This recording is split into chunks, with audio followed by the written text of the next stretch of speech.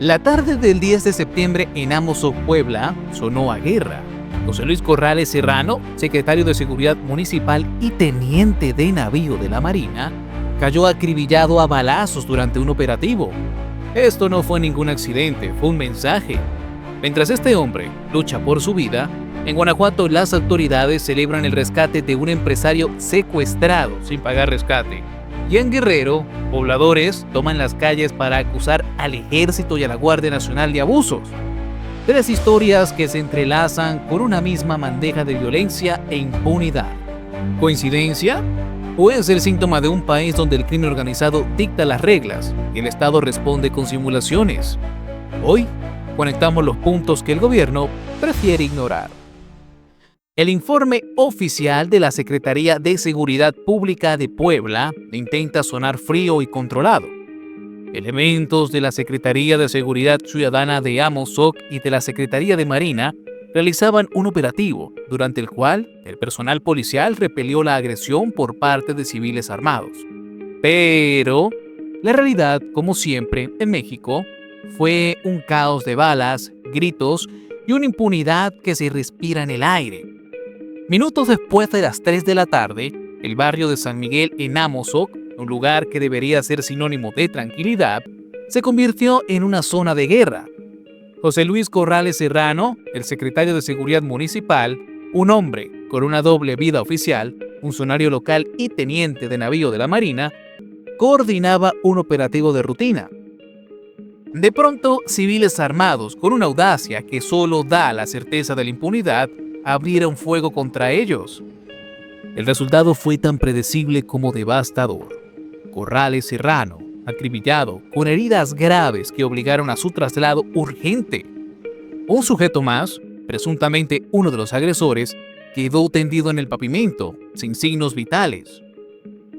Las autoridades, fieles a su guión, dicen que los policías repelieron la agresión, entre comillas, pero los testigos, esos que siempre sobran en México y a los que nunca se les cree, hablan de minutos eternos de terror, de disparos que resonaron frente a la CESA de Amozoc, de vecinos que se tiraron al piso, de la confusión que reina cuando el Estado pierde el control y el crimen toma las calles.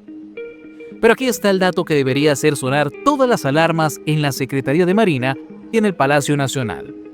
Como mencionamos, José Luis Corrales Serrano no es un funcionario cualquiera, es teniente de navío de la Marina Armada de México, la misma institución que en los últimos días ha tenido que enterrar a 2 de sus capitanes en circunstancias que, bueno, huelen a podrido.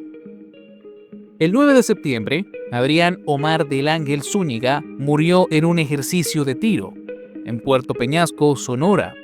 El 8 de septiembre, Abraham Jeremías Pérez Ramírez, capitán de navío y titular de la Unidad de Protección Portuaria de Altamira, apareció muerto en lo que algunos informes insisten en llamar muerte por voluntad propia. Bueno, no puedo decir el término porque YouTube no me deja. Entonces, 3 marinos vinculados a seguridad portuaria y operativos caen en 3 días. En cualquier otro país, esto sería una crisis nacional. En México es el titular de la semana que pronto será olvidado. El ataque en Amozoc no es un hecho aislado. Es el eslabón más visible de una cadena de violencia e impunidad que se extiende desde los puertos controlados por el huachicol hasta los pueblos donde los carteles deciden quién vive y quién muere. Y mientras la Fiscalía General del Estado de Puebla abre, como siempre, una carpeta de investigación, el ritual después del funeral, los criminales siguen libres, enviando un mensaje claro y brutal a todos los niveles de gobierno. Ni sus marinos ni sus secretarios de seguridad están a salvo en sus propias calles. La pregunta que nadie en el gobierno quiere responder es obvia. Si ellos no pueden protegerse a sí mismos, ¿cómo pretenden proteger a la ciudadanía? La respuesta, como las balas en Amozoc, duele, pero es clara. No pueden.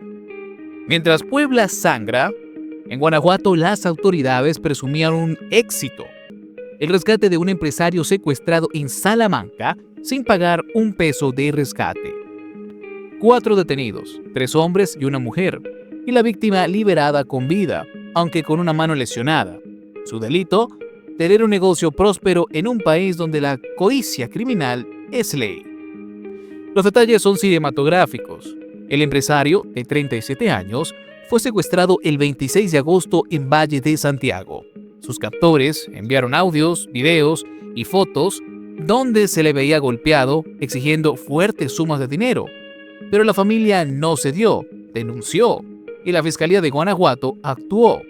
Un operativo limpio que localizó la casa de seguridad en Salamanca y rescató al hombre. Las autoridades celebran los detenidos, pero omiten decir que esta misma banda sigue operando, que el secuestro es un negocio tan rentable que mañana habrá otra víctima, otro rescate y probablemente alguna represalia. El mensaje es claro: puedes rescatar a uno, pero la maquinaria del crimen nunca se detiene. Y mientras, los funcionarios pagarán el precio.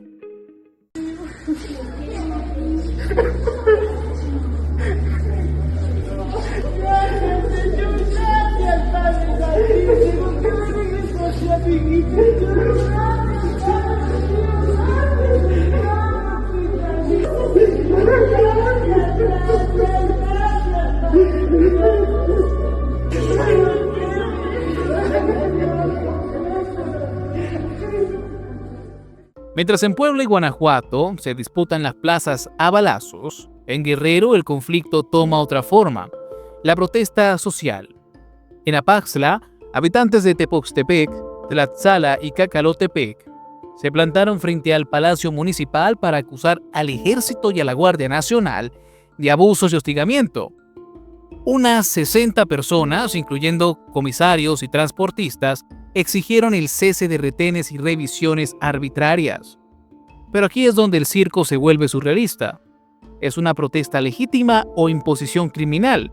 Porque corre la versión de que algunos manifestantes fueron obligados a participar por la familia michoacana, el grupo que, por cierto, domina la región.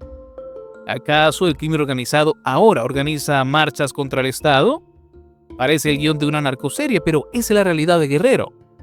El alcalde, Juan Salgado Santana, prometió revisar las denuncias en una semana, pero los pobladores advirtieron que, si no hay cambios, tomarán el palacio y cerrarán carreteras. Esta no es la primera vez que algo así ocurre. En 2015, Ayutla ya exigió el retiro del ejército, acusándolo de favorecer al crimen organizado. El Estado mexicano está tapado entre dos fuegos: por un lado, el crimen que lo desafía, y por el otro, la población que desconfía de sus fuerzas. La pregunta incómoda está en el aire: ¿qué tan infiltradas están las protestas por intereses criminales? Mientras no haya transparencia, Guerrero seguirá siendo un polvorín donde soldados y ciudadanos se señalan entre sí para trabajar para los capos, y mientras tanto, los mismos capos se continuarán riendo desde las sombras. Tenemos 3 estados, un mismo diagnóstico terminal. El Estado mexicano ha perdido el monopolio de la violencia, o por lo menos en cuanto a operativos. En Puebla, balacean a un secretario de seguridad que también es marino. En Guanajuato, rescatan a un empresario, pero hay temor de represalias. En Guerrero, la protesta social es manipulada por el crimen organizado. ¿El hilo conductor?